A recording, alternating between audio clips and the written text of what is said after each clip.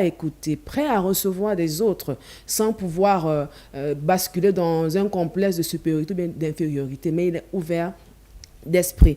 Alors, autre caractéristique, cher ami téléspectateur, c'est quelqu'un qui a su mettre en place ou bien développer la culture de l'humilité. Hein, il est disponible vraiment et disposé à écouter les autres. C'est quelqu'un aussi qui est curieux.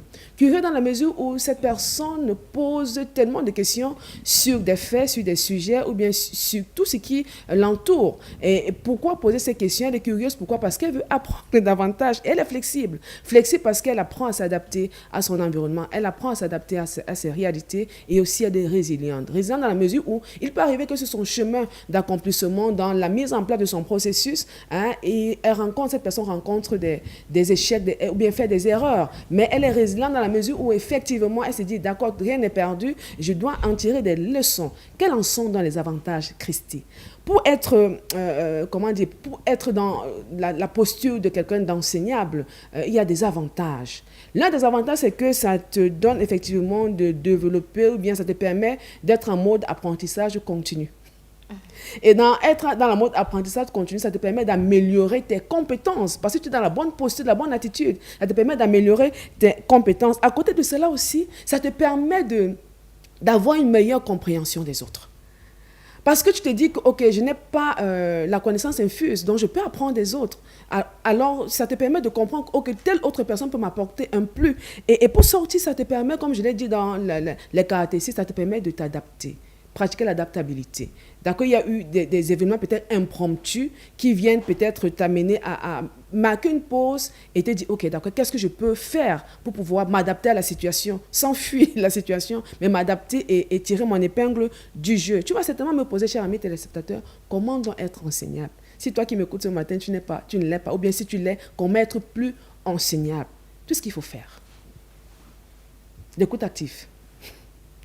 Pratiquer l'écoute active, être en mode culture de l'écoute active. Dans l'écoute active, cher ami téléspectateur, tu gagnes vraiment en maturité et tu gagnes en amélioration en quelque sorte. Parce que tu écoutes les autres, tu observes ce que les autres font et tu en tires des leçons. Cela viendrait effectivement à pouvoir t'aider à t'améliorer et à faire un pas de plus. Et ça t'amène à comprendre que, comme je l'ai évoqué, comme caractéristique la curiosité, à poser des questions. N'aie pas peur de poser des questions. Pose des questions pour améliorer ta compréhension, pour te rassurer que vraiment, vous êtes non seulement au même niveau de compréhension et que tu comprends très bien ce que tu es en train de faire. Pose des questions, cher ami téléspectateur. N'aie pas peur de poser des questions. Autre chose qu'il faut faire pour pouvoir, être enseignable ou bien être plus enseignable, c'est ouvert à la critique.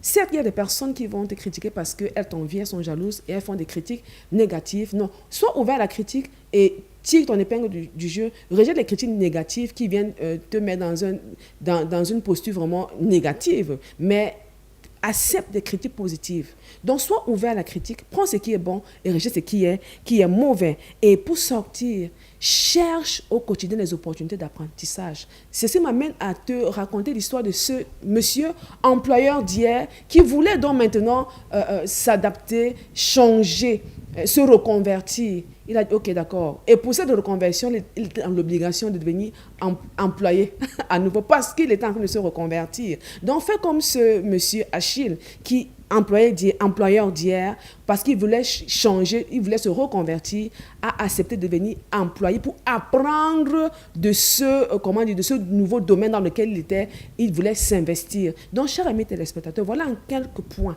ce qu'il faut faire pour être enseignable. Pratiquer l'écoute active, être en mode, soumis ou bien accepte les critiques, d'accord, et rejette les critiques négatives et intègre les critiques positives et recherche au quotidien les opportunités d'apprentissage. Et je t'assure, cher ami téléspectateur, tu le fais, tu verras que tu vas upgrade, tu vas faire un pas de plus. Et je vous donne rendez-vous lundi par la grâce de Dieu pour un autre sujet en ce qui concerne votre chronique sur le développement personnel.